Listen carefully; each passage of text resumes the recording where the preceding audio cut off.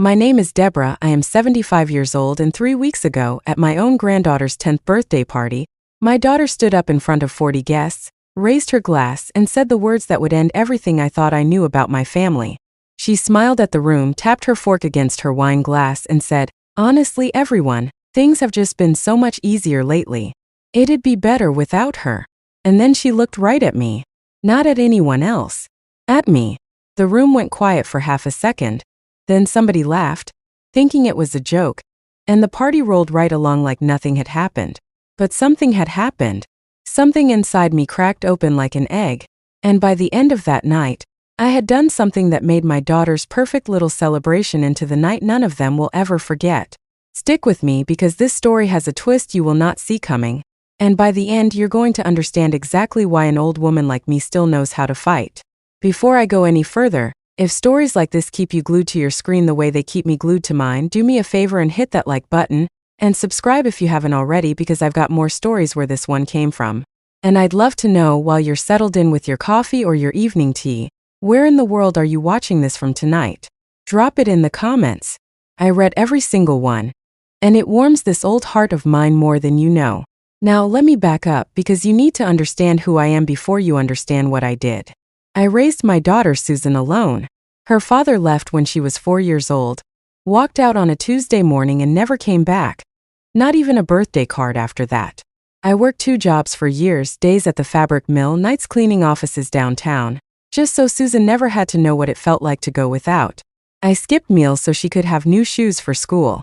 I sold my mother's wedding ring the year Susan needed braces, and I never told her that, not once, because I didn't want her carrying guilt that wasn't hers to carry. I wanted her to grow up light. I wanted her to grow up loved. And she did grow up. She went to college on scholarships and a little help from me that I never made a big deal about. She married a good man named Brian, an electrician, steady and kind, and they had my granddaughter, Chloe, who is now 10 years old and the absolute light of my life. When Chloe was born, I cried harder than I did at my own wedding. I used to babysit her 3-4 times a week. I taught her how to bake bread, how to plant tomatoes, how to whistle with a blade of grass between her thumbs. She used to call me Grandma B because when she was little she couldn't say Deborah properly, and it stuck, and I loved it more than any name anyone has ever called me. About 4 years ago, Susan and Brian were drowning. Brian's work had slowed down, the economy was tight, and they were 3 months behind on their mortgage. Susan called me crying one night, saying they might lose the house, that Chloe might have to change schools, that everything they built might collapse. And I did what any mother would do. I quietly paid off the remaining balance on their mortgage. All of it. It wiped out almost every cent I had saved across 40 years of working myself to the bone. But I did it without hesitation, and I did it without telling a single soul, not even my own sister. I told Susan we'd keep it between us, that she didn't need to feel embarrassed, that a mother helping her daughter wasn't a debt to be repaid. It was just love doing what love does. But here's the part one never told Susan.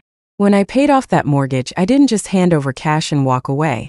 My late husband's cousin was a real estate attorney, and on his advice, I structured the payoff through a small living trust in my name, with the deed reassigned to reflect that trust as a secondary lien holder until certain conditions were met.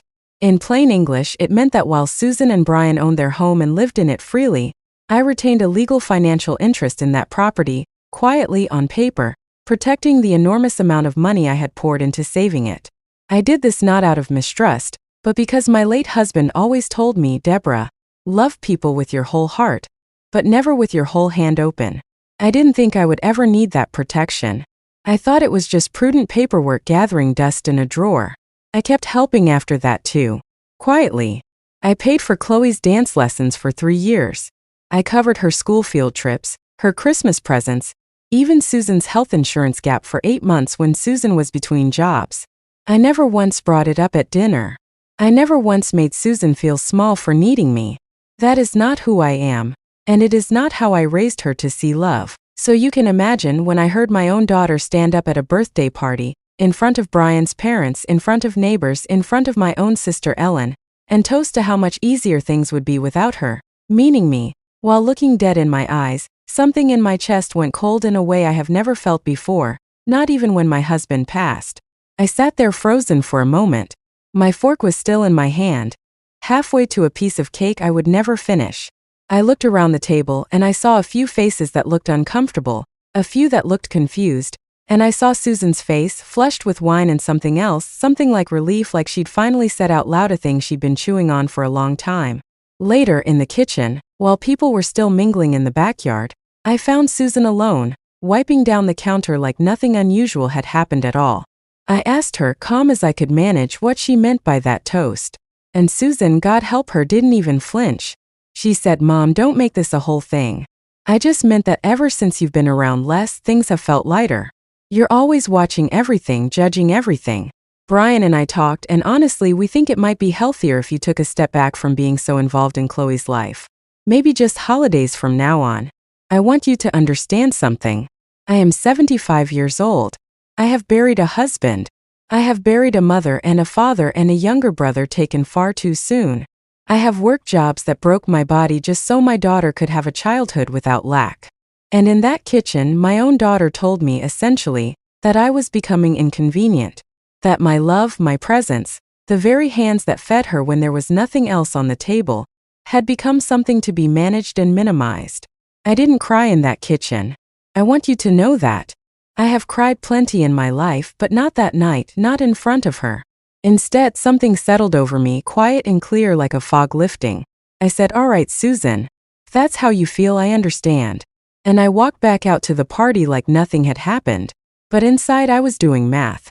I was doing math I hadn't touched in 4 years. I went home that night and I didn't sleep much. Around 2 in the morning, I pulled out an old folder from my closet, the one with the trust paperwork from when I paid off Susan and Brian's mortgage. I read through every line again, even though I already knew what it said. The conditions of that secondary lien were simple. If at any point I formally requested repayment, or if I chose to convert my interest into a forced sale clause due to what the document called irreconcilable estrangement from the primary beneficiary, I had the legal right to do so, with a 90-day notice period.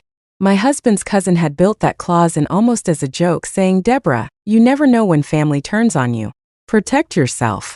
I remember laughing at the time, telling him Susan would never, in a million years, treat me poorly enough to need it. Well, the following Sunday, I asked Susan and Brian to come over for what I called a little family talk, and I asked that Chloe stay home with a sitter, because what I had to say wasn't for a 10-year-old's ears. They came a little wary, probably expecting an apology from me, since that's usually how it goes when you raise someone who's used to getting the last word. Instead, I sat them both down at my kitchen table, the same table where I used to help Susan with her homework decades ago, and I laid out the folder. I explained, calmly and without raising my voice once, exactly what I had done 4 years earlier. I explained the trust. I explained the lien. I explained that legally, I still held a substantial financial interest in the home they were living in, the home Chloe had grown up in, the home where just days earlier my daughter had toasted to a room full of people about how much better life would be without me in it. Susan's face went white. Brian's went whiter. I watched my daughter's hands actually shake as she reached for the paperwork, reading it over and over like the words might rearrange themselves into something less true.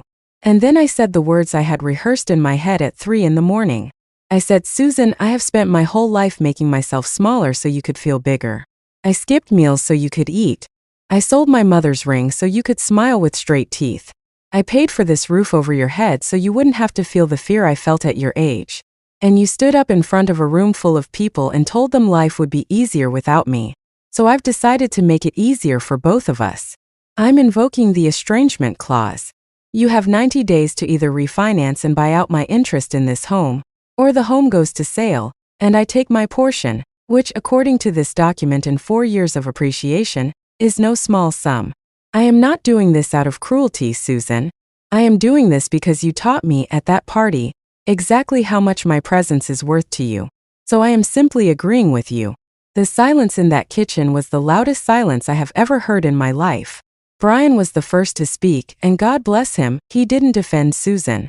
He put his head in his hands and said, Susan, what did you do? And Susan, my daughter, my only child, the girl I raised with blistered hands and an empty stomach more nights than I'll ever admit, she started crying, not out of guilt, not at first, but out of panic, because she realized in that moment that her comfortable life, the one she had built so easily on top of a foundation I quietly poured for her, was no longer guaranteed. I want to be honest with you because this is where the story gets complicated the way real life always does. I did not do this to destroy my daughter. I am not a cruel woman. But I am also not a doormat, and I refuse at 75 years old to spend whatever years I have left being tolerated instead of loved. I told Susan that night that the clause didn't have to be permanent. I told her that if she wanted to keep her home, keep her daughter's stability, keep the life I had helped build, she was going to have to do more than apologize. She was going to have to actually see me. Not as a wallet, not as free childcare, not as an inconvenience to be managed down to holidays. As her mother, who is still here, still capable, still deserving of a seat at the table that isn't just tolerated but wanted. It's been 3 weeks since that birthday party. Susan and Brian are working with a financial advisor to refinance and formally buy out my interest in the home, which honestly is what I expected and what I think is fair. I don't want to own my daughter's house. I never wanted that kind of power over her. I only ever wanted to be loved the way I loved her, without condition, without an expiration date. The paperwork protected me, but the truth is what changed everything. Sometimes the people we sacrifice the most for are the ones who learn to see that sacrifice is owed to them rather than given freely. And it takes something like that toast, something that shocking, that public, that painful, to wake a person back up to their own worth. Chloe doesn't know the details, and she never will, not until she's much older, if ever. As far as she knows, Grandma B is still coming over on Wednesdays to help her with her math homework and teach her how to bake bread the way I taught her mother 30 years ago. Last weekend she climbed into my lap, the way she used to when she was small, and she said, "Grandma, I'm really glad you're still around all the time." And I held on to her a little tighter than usual, because that sentence, spoken by a 10-year-old with no idea what had happened behind the scenes, meant more to me than any apology her mother could ever offer. Susan and I are still talking. We're still working through it. It's not fixed, not fully, and I don't know if it ever will be the way it was before that party. But I know this. I am no longer going to shrink myself to keep peace with people who have forgotten what I gave up to give them a life worth celebrating. I spent 50 years being the quiet, giving, self-sacrificing mother who never asked for anything back. And at 75 years old, in one single toast, my daughter taught me that quiet giving without boundaries doesn't always earn you love. Sometimes it just earns you a seat at the table people wish was empty. So now I ask for what I deserve. I ask to be seen. I ask to be valued, not managed. And if that means the people around me have to relearn how to treat me, then so be it. I have plenty of years of love left in me, but from now on that love comes with a spine attached. If this story moved you even a little, if it reminded you of your own family, your own sacrifices, your own moments of finally standing up for yourself after a lifetime of staying quiet, please hit that like button, subscribe for more stories like this one, and tell me in the comments where you're watching from tonight. I read every single comment, and knowing there are so many of you out there listening, really listening, means more to this old woman than you could ever know. Until next time, take care of yourselves and never, ever let anyone convince you that your love has an expiration date.